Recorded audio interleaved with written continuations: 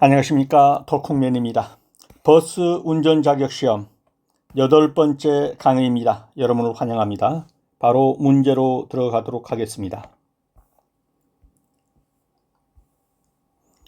문제 1번입니다. 가로변 버스 전용 차로의 특징으로 옳지 않은 것은? 가로변 버스 전용 차로입니다. 여기다 그대로 그려보면, 자, 3차선 도로라고 합시다. 이 도로가 가로변 도로죠. 여기를 버스 전용 차로로 한다 이 말이에요. 이게 가로변. 중앙선 쪽이 아니라 가로변입니다. 이 가로변 버스 전용 차로의 특징으로 옳지 않은 것은 일반 통행로 또는 양방향 통행로에서 가로변 차로를 버스가 전용으로 통행할 수 있도록 제공하는 것이다. 종일 또는 출퇴근 시간대 등을 지정해서 운영할 수도 있습니다. 출근 시간 7시부터 몇 시까지, 그 다음에 퇴근 시간 몇 시부터 몇 시까지 이렇게 지정해서 할 수 있고 종일할 수도 있죠. 대부분 지금 현재 하고 있는 것들은 시간대를 정해서 하고 있습니다. 가로변 버스 전용 차로는 좌회전하는 차량을 위해 교차로 부근에서 일반 차량의 버스 전용 차로 이용을 허용해야 한다. 틀렸죠? 어디가 틀렸나요? 그렇죠. 좌회전이라는 말이 틀렸죠. 왜냐하면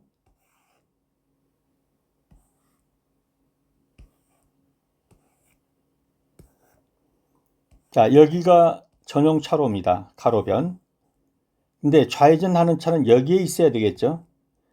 어떤 차를 위해서? 여기서 우회전하려는 차를 위해서 이 끝부분에서는 전용 차로에 일반 차량을 허용해 줘야 합니다. 그래야 여기서 우회전할 거 아니에요. 그래서 가로변 버스 전용 차로는 좌회전하는 차량을 위해서가 아니라 우회전하는 차량을 위해서 교차로 부근, 이 교차로 부근에서는 어떻게 해줘야 된다? 일반 차량의 버스 전용 차로 이용을 허용해 줘야 합니다. 그래야 여기서 우회전을 하겠잖아요. 그래서 이 부분은 좌회전하는 차량을 위해서 그랬으니까 틀린 거고요. 버스 전용차로 운영 시간대는 가로변의 주정차를 금지하고 있으며 시행 구간의 버스 이용자 수가 승용차 이용자 수보다 많아야 효력이 있겠죠. 맞는 표현입니다. 틀린 것은 3번이고 정답입니다. 자, 여기에 자세하게 해설을 달아놨으니까요. 한번 쭉 읽어보시기 바랍니다.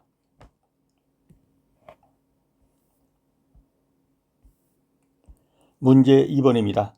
버스 준공영제의 도입 배경으로 옳지 않은 것은? 개인이 하면 사형제고 국가가 하면 공영제인데 이 둘을 섞으면 준공영제가 되겠죠. 그래서 정부에서 그 노선에 대해서 보조금을 준다든가 이런 그 부족한 금액을 보충해 주는 거 하는 게 이제 준공영제가 되겠죠.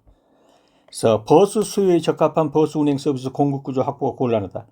즉 사경제에다가만 맡기게 되면 돈이 안 되는 노선을 안 가려고 그런단 말이에요. 버스 수요는 있지만은. 그래서 공영제의 도입 배경이 되는 겁니다. 고령자의 급증에 따라서 접근성 확보가 시급하다. 노인들이 그렇게 많이는 이용하지 않지만 병원을 온다든가 이렇게 해서 어떤 고령자들이 쉽게 말하면 그 고령자가 사는 접근성이 확보가 있어야 돼요. 가까운 데 버스가 가줘야 된단 말이죠. 돈이 안 되니까 안 가려고 하죠. 그래서 이런 곳의 노선을 확보하면서 부족한 금액을 보충해 준다는 하는 준공영제를 채택하게 됩니다. 국가 물류 활성화를 위해서 필요하다. 이 물류하고 무슨 관계 있겠어요? 사람 태우고 다니는 건데요. 짐차가 아니죠. 그래서 이건 틀렸고요. 수요 감소로 인한 업체의 수익성 악화로 자발적 서비스 개선을 기대하기 곤란하다. 즉 무슨 얘기입니까? 수익성이 안 맞는 곳은 안 가려고 하니까 자발적 서비스 개선을 기대하기 곤란하니까 공영적 성격을 들여서 국가가 보조금을 준다든가 해가지고 노선을 살릴 수 있는 방법으로 가는 겁니다. 자, 그런 내용들이 여기에 전부 다 해설에 넣어놨습니다. 읽어보시면 다 압니다. 예를 들어서 버스 준공영제는 시민들의 이동 권리를 보장하는 여객 운송 서비스의 공공성을 강화하기 위한 제도이다. 화물이나 대형 화물차 중심의 물류 활성과는 관계가 없다. 민간 버스 회사가 수익성만을 쫓다 보면 실제 버스 수요가 있는 노선에 적절한 서비스를 공급하기가 어려워진다. 인구 고령화로 인해 대중교통의 의존도가 높은 교통약자가 늘어난다. 그런데 돈이 안 되니까 안 가려고 그런다. 그쪽 노선을. 그래서 복지 차원에서 버스 접근성을 확보해야 하는 배경이 있다. 그래서 뭡니까? 공영제적 성격을 받아들여서 준공영제로 한다. 이런 말들입니다.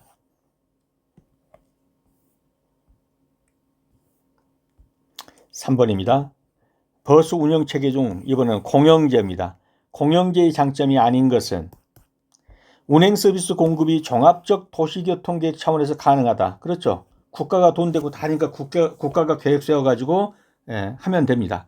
노선의 조정, 신설, 변경 등이 용이하다. 왜? 국가가 계획 세워서 그대로 예산 투입해서 하면 되니까요. 근데 이것을 개인에게 맡기면 돈이 안 되면 안 가려고 하고 뭐 이러니까 이제 복잡한 거죠. 환승 시스템, 정기권 도입 등 효율적 운영체계 시행이 용이하다. 예, 공영제니까. 국가가 예산 투입해서 지자체 간다든가 하니까. 책임의식이 강하여 생산성이 향상된다. 이 공공재로 투입되면은 뭡니까? 세금으로 다 보존해 주니까. 그렇게 잘할 필요도 없는 거예요. 수익을 낼 필요도 없어요. 생산성하고는 거리가 멀어지는 겁니다. 그래서 생산성이 향상된다 하니까 틀린 거죠. 정부가 공영제로 해가지고 생산성 있는 곳들은 거의 없습니다. 그래서 전부 다 이런 것들은 어떻게 합니까? 떨쳐내가지고 용역을 주거나 하는 방향으로 가는 거죠. 그래서 공영제는 지자체나 공공기관이 직접 버스를 운영하게 되기 때문에 공공성은 높아지죠. 그런데 경쟁이 없고 손실을 세금으로 보존해 주기 때문에 민간기업에 비해서 어떤다? 경영 효율성이 떨어집니다. 관료화됩니다. 생산성이 낮아집니다. 이렇게 쭉 읽어보시라는 얘기입니다.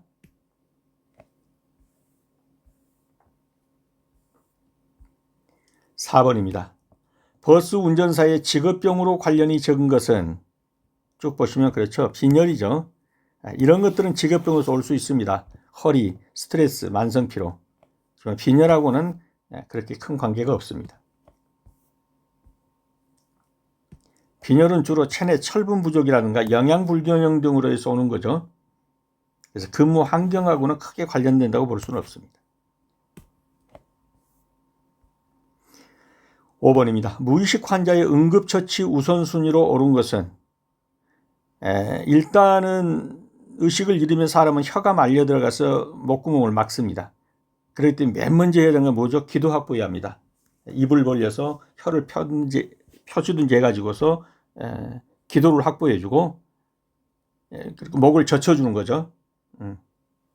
고개가 젖혀지게 이렇게 기도 확보하고 그 다음에 호흡 유지하게 하고 그 다음에 이제 순환되게 하고 그 다음에 약물 요법 이런 순서가 되겠습니다.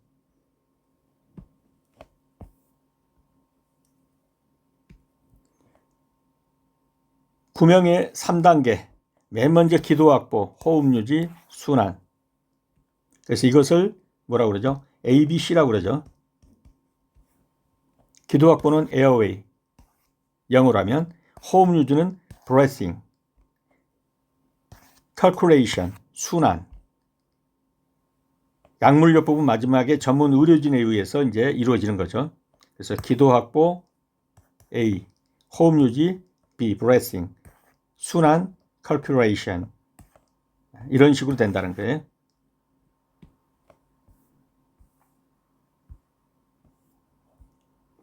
6번입니다.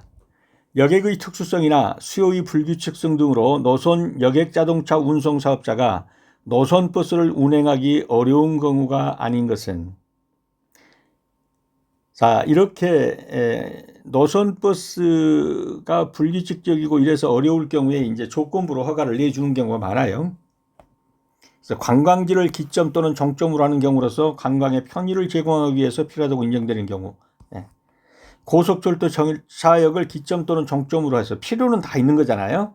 이용자의 교통편을 위하여 필요하다고 인정되는 경우 대통령이 정해서 고시하는 출퇴근 심야 시간대 대중교통 이용자의 불편을 해소하기 위해 필요하다고 인정되는 경우 참 까다로운 문제입니다. 이게 틀린 것인데 왜 어디가 틀렸냐. 이 대통령이 정하여가 아니라 국토교통부 장관이 정하여 고시하는 이 부분이 틀렸어요. 공장 밀집 지역을 거점 또는 종점으로 하는 경우로서 산업단지 또는 공장 밀집 지역의 접근성 향상을 위하여 필요하다고 인정되는 경우. 정답은 3번입니다. 혹시 똑같은 문제가 나오면 대통령이 아니라 국토교통부 장관이다. 이것을 우리가 이제 소위 한정면허라고 하는 건데요. 이런 경우에 한정면허를 해주게 됩니다. 이게 운수사업법 시행규칙 17조에 한정면허라고 해서 나와 있어요. 그래서 이런 때는 필요가 있잖아요, 다. 그래서 한정면허를 해주는 겁니다. 관광지를 기점 또는 종점으로 하는 필요가 있죠, 관광지가는. 관광의 편의를 제공하기 위해서 필요하다고 인정하는 경우, 고속철도 정차역, 거기에 맞춰 사람들을 수송해 줘야 되죠. 그래서 고속철도 이용자의 교통 편의를 위해 필요하다고 인정되는 경우, 공장 밀집 지역, 그 뭐예요? 출퇴근을 위해서 필요하죠. 그렇지만 대부분 이런 경우는 뭡니까? 하루 종일 있는 손님은 아니에요. 그 시간대마다. 예를 들면 관광지라면 아침에 갔다 저녁이면 다 돌아버리고 중간에는 거의 없죠. 고속철도라면은요, 고속철도 정차역에 들어오는 시간대로만 대부분 맞추는 거죠. 공장 밀집 지역은 출근하고 퇴근만 하죠. 그래서 일반적인 채산성하고는 거리가 멀어요. 그래서 이럴 때 한정면허를 해준다. 근데 여기서는 대통령이 정하여 한정면허는 맞는데 국토교통부 장관이 정하여 고시하는 이렇게 돼야 한다는 거예요. 이런 문제는 내면 안 되는 문제인데 냈습니다. 만약에 또 나온다 그러면 맞출 수 있겠죠. 다음 노면 표시가 표시하는 뜻은 무엇이냐? 불쑥불쑥 나왔죠. 과속방지턱입니다. 전방에 과속방지턱 또는 교차로에 오르막 경사면이 있다 할 때 이런 표시를 하는 겁니다. 일반적으로 과속방지턱이다 라고 보시면 되겠습니다.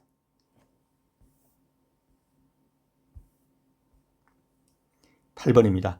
시외버스 운송사업의 운행 형태로 옳지 않은 것은 한번 봤던 것 같은데요. 그물형이라는 것은 없죠. 고속형, 직행형, 일반형 이 세 가지가 있습니다.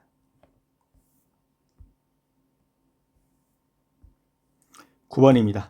주차금지에 대한 다음 설명 중 틀린 것은 터널한 다리 위에서는 주차할 수 없다. 맞죠? 다중이용업소의 영업장에 속한 건축물로 소방본부장의 요청에 의하여 시도경찰청장이 지정한 곳으로부터 7m가 아니라 5m 이내는 주차할 수 없다. 다중이 이용하는 영업장으로 시장, 군수 등이 지정을 해줍니다. 이런 다중시설로부터는 5m 이내에 주차할 수 없습니다. 7m 그러니까 틀렸죠. 시도경찰청장이 도로에서의 위험을 방지하고 교통의 안전과 원활한 소통을 확보하기 위하여 필요하다고 인정하여 주정차 금지구역을 한 곳. 거기는 주정차 금지구역 팻말 이렇게 붙여 있죠. 도로공사를 하고 있는 경우는 공사구역 양쪽 가장자리로부터 5m 이내 맞습니다. 그래서 틀린 것은 2번이죠. 다중이용업소, 지정된 다중이용업소로부터는 5m 이내에 주차 못합니다. 도로공사하고 있으면 공사하고 있는 가장자리로부터 5m 이내는 주차 못합니다. 터널한 다리 위에서는 주차할 수 없습니다. 그래서 33조 주정차 금지 장소 이대로 법전에 나와 있는 내용대로입니다. 한번 읽어보시기 바랍니다.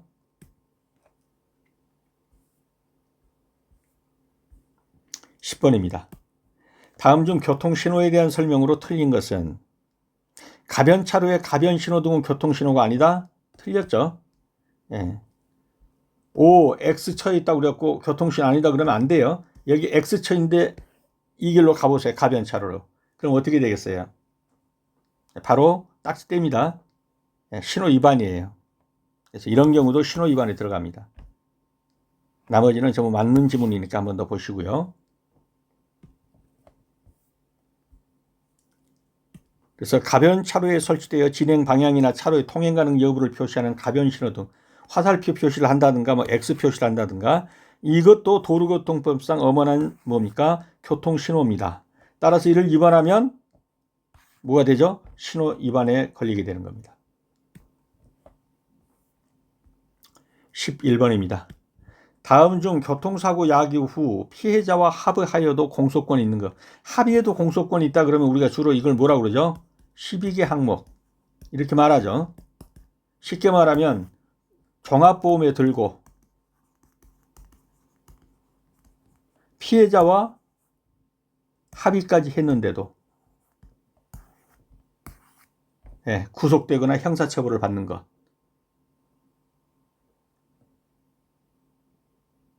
뭡니까? 치사죄죠. 사망사고는 합의했어도 형사처벌 받습니다.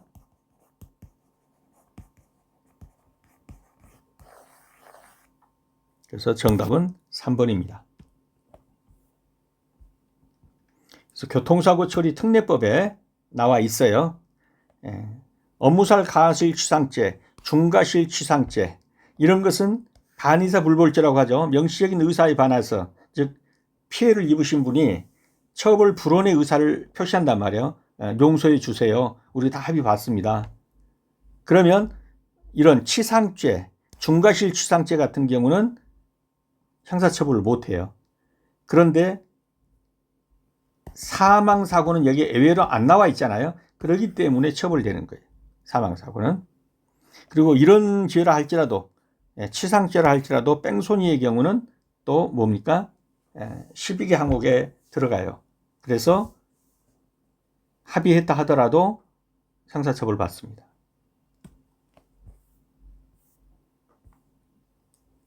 자, 사망사고는 어떻다? 치사죄라 할지라도 사망사고죠. 사망사고는 반의사 불벌죄가 아니다. 합의했다 할지라도 처벌을 받는다. 형사처벌을 받는다. 교통사고로 인한 업무상 과실재물 손괴. 요거는 반의사 불벌죄에 해당됩니다. 도로교통법 151조에 나와 있어요. 그러니까 남의 자동차로 남의 물건 좀 들이받았다. 이런 경우는 합의 보면 끝나요. 과실치상이나 중과실치상도 종합보험 들고 합의 보면 끝납니다. 그런데 사망사고다. 그러면 합의 봤다 할지라도 감경은 되겠지만 공소권은 있다. 공소권이 있다는 얘기는 형사처벌 받는다 이 말이죠. 12번입니다. 운전면허에 대한 설명으로 틀린 것은 시도경찰청장은 운전면허에 필요한 조건을 붙일 수 없다. 틀렸죠. 붙일 수 있습니다. 주로 어느 경우에 장애인에게 운전면허 내줄 때 오토로 해라 브레이크 시설을 어떻게 해라 이런 것을 조건을 붙여서 운전면허를 내줄 수 있다는 얘기예요. 틀린 것은 그랬으니까 1번이 틀렸네요. 제2종 면허에는 보통도 있고 2종 보통, 소형, 원동기장치 자전거까지가 2종에 들어갑니다. 1종 운전면허에는 대형도 있죠. 보통도 있죠. 소형도 있죠. 특수면허도 있습니다.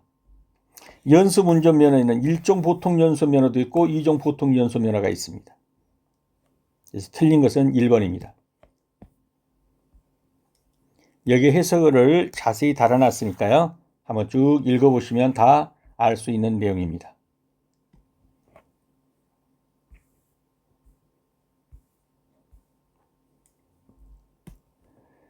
13번입니다. 다음 중 사업의 구분에 따른 자동차의 차량으로 바르게 연결한 것은 차량이 뭔지는 아시죠?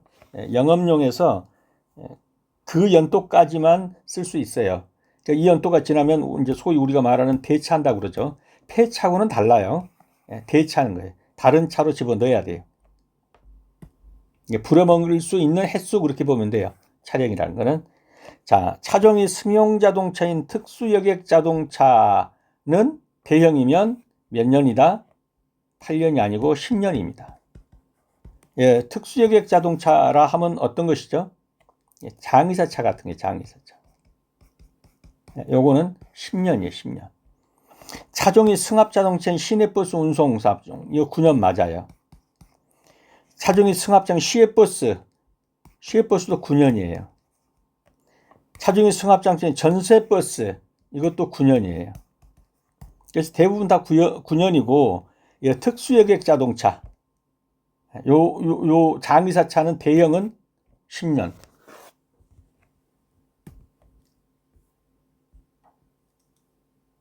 그래서 대부분은 다 9년이고 특수회계 자동차는 10년이고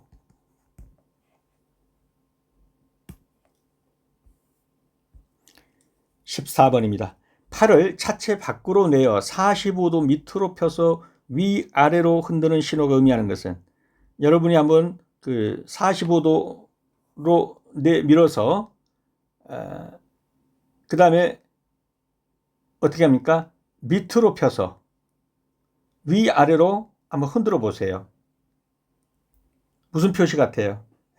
서행한다는 거예요. 서행. 내가 서행하니까 너무 바투 뭐 빵빵 대거나 하지 말아달라라는 의미가 될 수 있겠죠. 45도 밑으로 펴서 위아래로 흔드는 신호, 서행입니다.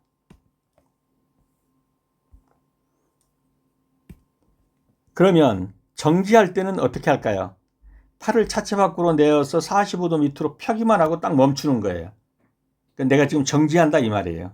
위아래로 흔들지 않고. 그 다음에 내가 후진하려고 하면 어떻게 할까요? 팔이 저 뒤쪽으로 저 손바닥이 저 뒤쪽으로 가게 해서 어떻게 해요? 내가 뒤쪽으로 간다고 손바닥을 뒤로 향하게 하고 앞뒤로 흔드는 동작을 해주면, 내가 지금 후진하려고 한다라는 걸 표시하는 거죠. 뒤차에게 앞지르기를 시키고자 할 때는 어떻게 돼요?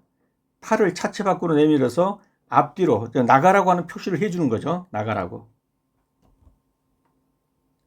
그래서 이 부분도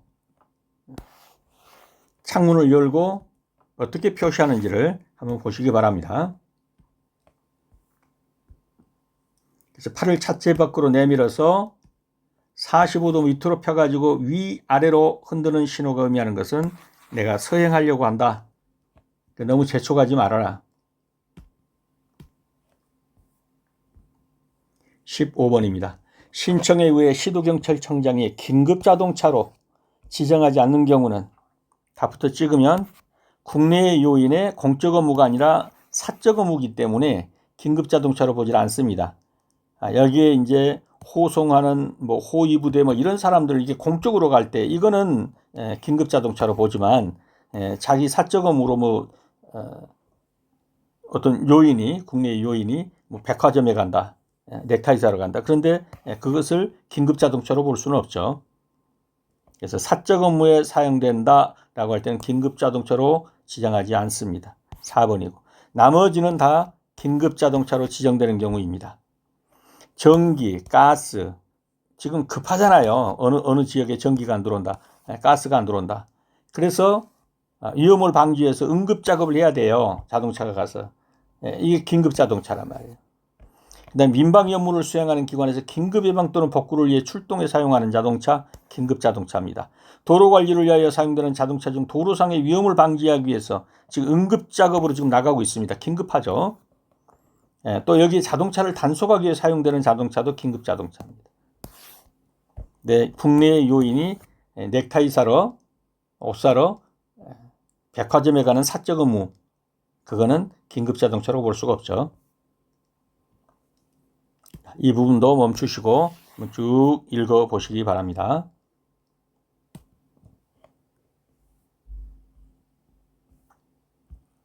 16번입니다. 교통사고 처리 특례법 시행령에 의거 교통사고 피해자가 보험회사와의 합의 여부에 관계없이 우선 지급을 받을 수 있는 우선 지급, 왜 합의까지 가거나 또는 뭐 법원에 가서 판결이 내려가려면 시간 많이 걸리죠. 근데 지금 교통사고 난 사람은 당장 생계가 위협받을 수가 있잖아요. 그래서 선지급을 받을 수 있는 금액이 있어요. 대물손해의 경우에는 배상액의 100분의 50은 일단 바꿔보는 거예요. 나머지는 얼마로 결정될지를 모르니까 놔두고라도. 후유장애가 있다. 그러면 위자료 전액을 그냥 받을 수 있고 상실수익액을, 죄송합니다. 다시 가보겠습니다.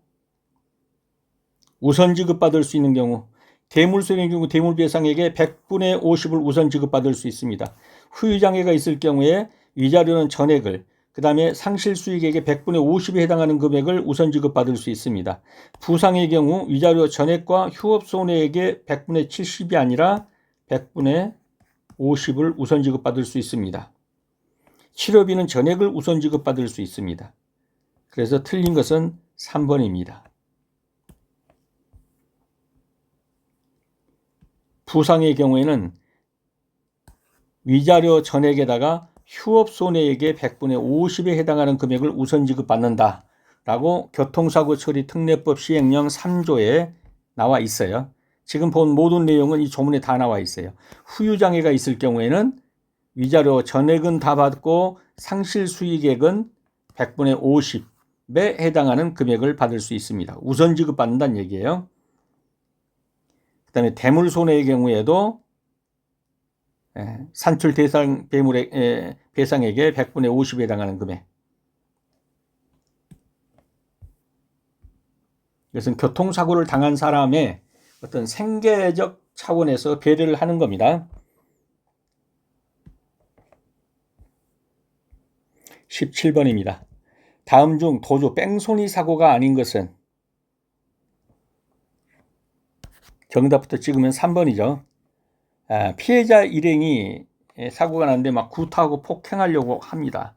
너무나 두려워가지고 현장을 이탈했습니다. 도망갔습니다. 그렇다고 해서 뺑소니라고 볼 수는 없죠. 요건 판례가 인정한 겁니다. 판례가.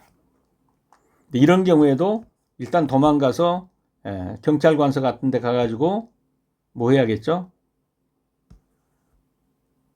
자수? 신고? 뭐 이런 거 해야겠죠.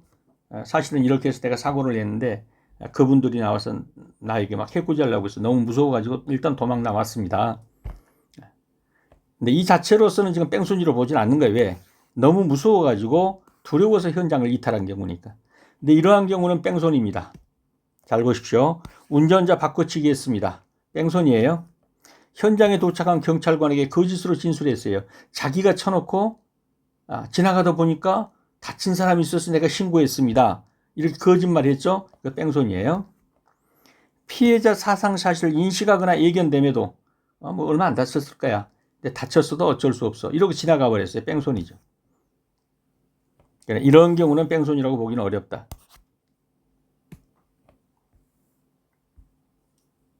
이 부분도 화면 정지하시고 읽어보시면 다 알 내용입니다. 읽어보시기 바랍니다.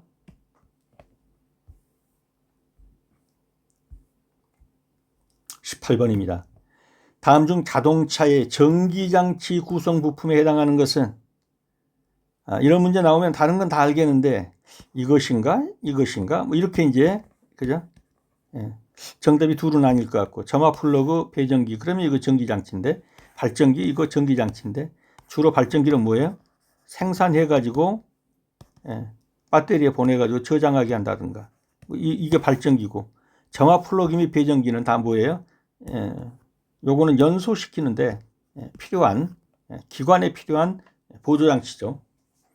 근데 전기장치라고 할 땐 요것만을 전기장치라고 보는 거예요. 전기장치 구성품. 점화 플러그나 배전기는 뭐예요? 엔진의 보조품 또는 구성품 이렇게 보는 거예요. 내연기관의 구성품. 요 정도로 보는 거예요. 그래서 전기장치 구성품 그러면 발전기입니다. 전기를 생산할 수 있는 발전기입니다. 그 부분도 엔진의 회전력을 이용해 전기를 생산하고 배터리를 충전하는 핵심 장치가 바로 발전기인데 알터네이트인데 이것을 전기장치로 보는 거예요. 그리고 점화 플러그하고 배전기는 전기적 신호를 쓰긴 해요. 근데 엔진의 연소실 내에서 연료를 폭발시키려고 하는 부속장치 정도로 본다. 이렇게 보는 겁니다. 그래서 여기서 똑같은 문제가 나오면 이걸 고르지 말고 이걸 고르셔야 합니다. 19번입니다. 변속기의 구비 조건으로 옳지 않은 것은? 쭉 보시면 한눈에 딱 답이 안 들어올 수도 있지만 뭐가 답이죠? 그렇죠. 요거죠. 불연속적으로 변속돼야 한다 그러면 뭐예요? 1단에서 갑자기 4단 올라가 버리고 이렇게 끊어져 가지고 뚝 가다가 한다고 한번 생각해 보세요. 연속적이 되지 않고 연속적이라 스무스하잖아요. 1단, 2단, 3단 이렇게 올라가야 스무스한 건데 툭툭 부러지듯이 1단 넣었다가 3단으로 툭 들어가고 이렇게 불연속적으로 되면 안 되죠. 불연속적이 아니라 연속적으로 변속돼야 한다. 그래야 맞겠죠. 나머지는 다 맞는 지문이고요. 그래서 변속 시 충격이 없고 부드럽게 이어지려면 연속적으로 변속되는 것이 이상적이다. 불연속 변속은 울컥거림, 1단에서 3단으로 툭 들어가고 이러니까 울컥거림이라든가 승차감을 떨어뜨린다. 20번입니다. 차로에 따른 통행차의 기준으로 틀린 것은 고속도로가 아닌 편도 4차로에 1차로를 통행할 수 있는 차종은 지금은 어떻게 합니까?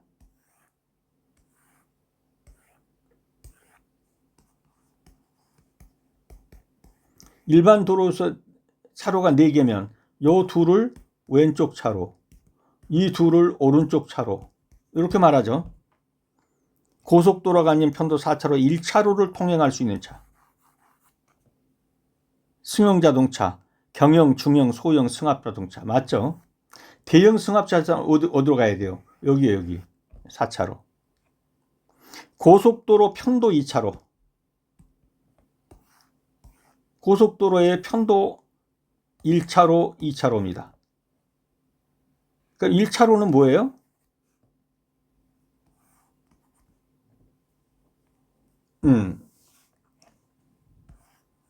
추월차로.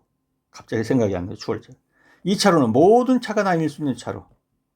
그래서 편도 2차로에서 2차로는 모든 차가 다닐 수 있는 겁니다. 그래서 맞는 거고요. 고속도로의 편도 4차로의 4차로에는 화물 자동차만 주행 가능하다. 편도 4차로에서 4차로에는 모든 차 다 다닐 수 있죠. 대형차 또는 건설 기계 이런 차가 다 다닐 수 있는 거예요. 그래서 화물 자동차만 주행 가능하다 그러면 틀린 거죠. 대형 승합차, 건설기계 이런 게 다 다닐 수 있는 겁니다. 고속도로가 아닌 편도 2차로, 2차로는 이륜자동차, 특수자동차, 건설기계 통행이 가능하다. 다 맞죠. 틀린 것은 3번이 틀렸네요. 그래서 고속도로의 편도 4차로의 4차로에는 화물자동차만 주행 가능하다는 건 틀렸다. 고속도로 편도 4차로에서 1차로 추월차로를 제외하면 2차로는 왼쪽 차로, 3, 4차로는 오른쪽 차로로 분류된다. 오른쪽 차로인 4차로에는 화물자동차뿐만 아니라 대형 승합자동차, 특수자동차, 건설기계 이런 것들이 다 마지막 4차로로 다니는 것들입니다. 나머지는 한번 읽어보시기 바랍니다. 그래서 고속도로 편도 4차로의 4차로에서는 화물자동차뿐만 아니라 승합자동차, 특수자동차, 건설기계 다 다닐 수 있다. 네, 화물자동차만 주행 가능하다 그런 게 틀렸죠. 3번이 정답입니다. 네, 오늘은 여기까지입니다. 수업하시느라 수고 많으셨습니다. 다음 시간에 다시 뵙겠습니다. 감사합니다.